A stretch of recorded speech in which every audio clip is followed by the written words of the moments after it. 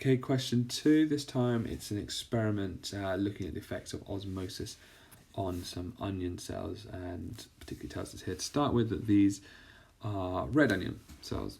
Okay, so you may have done this at practical last year in removes. Why do we use red onion cells? Well, the answer is actually a pretty straightforward one, and a lot of people kind of picked up the marks here. The reason we use red onion cells is that they have a natural pigment, and therefore it is easier to see the effect under the microscope. Anything along those lines, this idea, slash cells don't need to be stained. Something along the idea is that you can see the cells naturally. A lot of people got that mark there. Explain what is meant by the term osmosis. Okay, when we're talking about osmosis, there's 3 things we should be looking at. It was only a 2-mark question, so a lot of people got away with this, despite maybe not having sort of the most perfect answer they could have. So what is osmosis? Well, firstly, osmosis is the movement of water molecules. 1 mark. Okay, those water molecules are moving across a partially permeable membrane. A few of you talked about a semi-permeable membrane. I'd like you to get out of the habit of saying semi-permeable. It's a bit ambiguous what that means. Is it always permeable sometimes and then not other times, whereas partially permeable means that only certain things are allowed through at certain times. So please get into the habit of saying partially permeable. I didn't allow it this time. The points of the final kind of part of this that a lot of people got wrong, okay, is you should be saying it's from an area of high water concentration to low water concentration. You could also say or high water potential to low water potential. Either of those is fine, but you have to state this idea of it being water concentration or water potential. A few of you just said from a high concentration to a low concentration. You didn't specify that it was water. That's not enough. Okay, you won't get the marks if that was a 3-marker there. You picked up 2 marks a lot of the time, but largely you need to be looking at making sure you state it's water each time. Question 4, very few of you getting full marks here again. Most people getting a couple of marks because there wasn't quite enough detail included in your answers there. So it asks us to explain why the cells in distilled water look different when compared to the cells in salt solution. So we can see that. So cells in distilled water look like that. Cells in salt solution looking like that. Okay, and what we can actually see in these cells in the salt solution is that edge there is the cell membrane, and what's happened is that cell membrane has pulled away from the cell wall there. Over in this cell here, there's sort of very little distinction between the cell membrane and the cell wall surrounding it. The cell membrane sort of pushed right up to the edge of the cell wall there. So you could answer this 2 ways, but you only got marks that sort of talking about what was going on in one of those types of cells. So explain why the cells in distilled water look different when compared to cells in salt solution.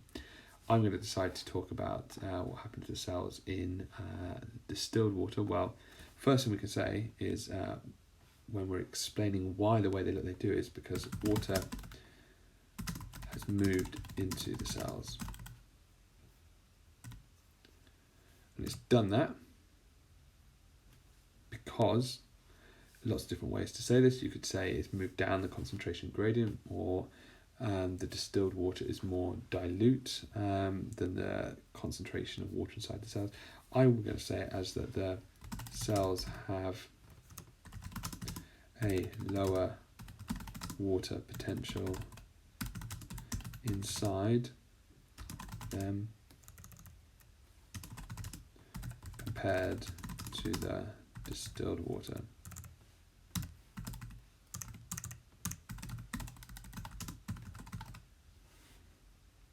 Okay, that's why it's moved in. So there's 2 marks so far. 1, 2. Our third mark, what are we going to say? Well, it looks the way it does is because the cell membrane has pushed up against the cell wall as the cell has swelled. The cell has swollen, it's got much bigger. You could sort of mention that the vacuole has swelled. And the last mark we're looking for here, which has caused, the cells are now turgid. Okay. So it's these last 2 points, here and here, that people didn't miss. And not enough if you use this keyword here, the cell is turgid. Not enough if you kind of identified why it looked the way it did, and that's due to the swelling of that cytoplasm and the cell membrane now pushing up against the cell wall.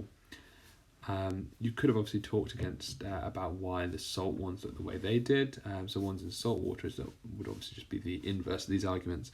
So if we were talking about why the cells look like they do in the salt water, well, water has moved out of the cell because the cells had a higher water potential inside them compared to the surrounding solution or salt solution. The cell membrane has pulled away from the cell wall and the cells are plasmalized. So you can talk about it either way. It's kind of a converse argument. But either way, you only got 4 marks. Okay, it didn't. You had to talk sort of fully through one of these. You couldn't get 4 marks by saying in distilled water, water's moved in high concentration, and then talk about what in the salt solution, water's moved out.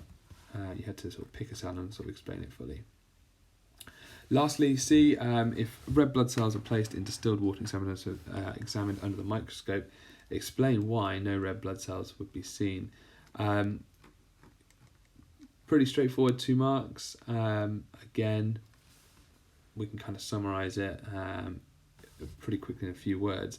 The reason you wouldn't see any red blood cells is that they have burst. Brackets, hemolysis. And they burst because water has moved into the cells down the water potential gradient. It's important to remember that every single cell type is going to have water moving into it if it's placed in pure distilled water. Pure distilled water has the absolute highest water potential of anything because it is just pure water. There's no solutes in there. There's nothing to lower that water potential. So any cell placed in pure water is going to have water moving into it. The reason why it's different in the red blood cell compared to the plant cell is the reason the red blood cell is going to burst and you're not going to see it in the microscope is the red blood cells have no cell wall. Okay, cell wall is what stops the plant cell from bursting and can get it into that turgid state.